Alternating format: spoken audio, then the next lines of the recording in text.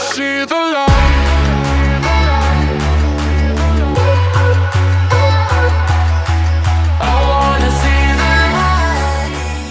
What's going on, guys? Welcome back to our page. Thank you for joining us for another video. Today we just wanted to hang out, have a casual conversation with you guys, and we also wanted to have a little bit of a follow-up to last week's how much should you be charging for custom sneakers video. So in that video we went over some real general pricing strategies for things that we think that you should be thinking about when pricing your custom sneakers. But some of the stuff that we didn't get into is, of course, like any great business, you also want to have multiple streams of revenue.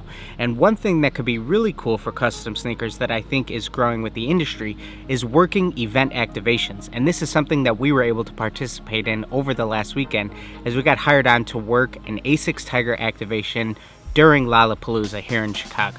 Now, we had never really worked an event of this magnitude before. Lollapalooza sees about 100,000 people pass through each and every day, and we got hired on to do some live customizing and also some sneaker cleaning at the A6 booth, and it was an incredible turnout.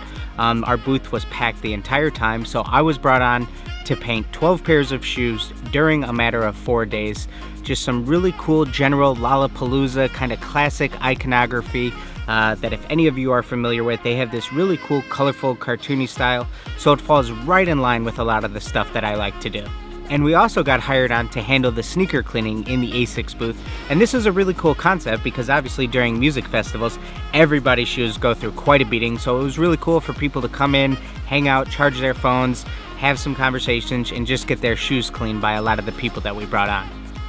So of course I can't discuss the real numbers that went through on this contract, but it was way more than we had ever initially anticipated. And I think this follows up with one of our first tips from last week's video about knowing your worth. So sometimes you really need to know your worth and then add tax too, in my opinion. So initially we had discussed one price. After talking it over with Jason, our old business partner Chris from Boosted Stripes, we thought that we need to shoot for a lot higher number for something like this. We're gonna be working 4 days. We're going to be working really long days, open to close of the entire festival, and we're going to be working really hard during the entire activation. So we asked for a lot higher number than we had initially anticipated asking for. And quite frankly, when you're a freelancer and you make up your own prices for your work, sometimes that's what you got to do. You really just got to shoot your shot. You got to raise your prices sometimes. You can't get too far by working the same lower tier jobs over and over and over again. Some point you're going to really have to grow, blossom, and really try to make a profitable business for yourself. And at the end of the day, no matter how long you've been doing this, projects end up taking longer. They end up costing more on the back end to handle everything. So really what you need to do is sometimes just double or triple ask for what you were initially thinking, because things take 2 or 3 times as long or 2 or 3 times as much work as initially anticipated. So there's a YouTuber that we really enjoy watching named Matt Diavella, and he said something one time that really stood out to us. And he said that in whatever your art form is, projects tend to take 2 or 3 times as long as initially anticipated. So sometimes you need to ask for 2 or 3 times as much as you might have thought you were going to ask for, because the projects are going to take you longer in the end, no matter how long you've been doing this and how long you think you are at estimating timing and prices and all this stuff. Sometimes it just ends up taking longer and it's more work, so you really need to make sure that you're being taken care of on your end also. So one more thing that I wanted to follow up on with that last subject that we talked about is just really instilling confidence in yourself, believing in yourself, knowing your worth again.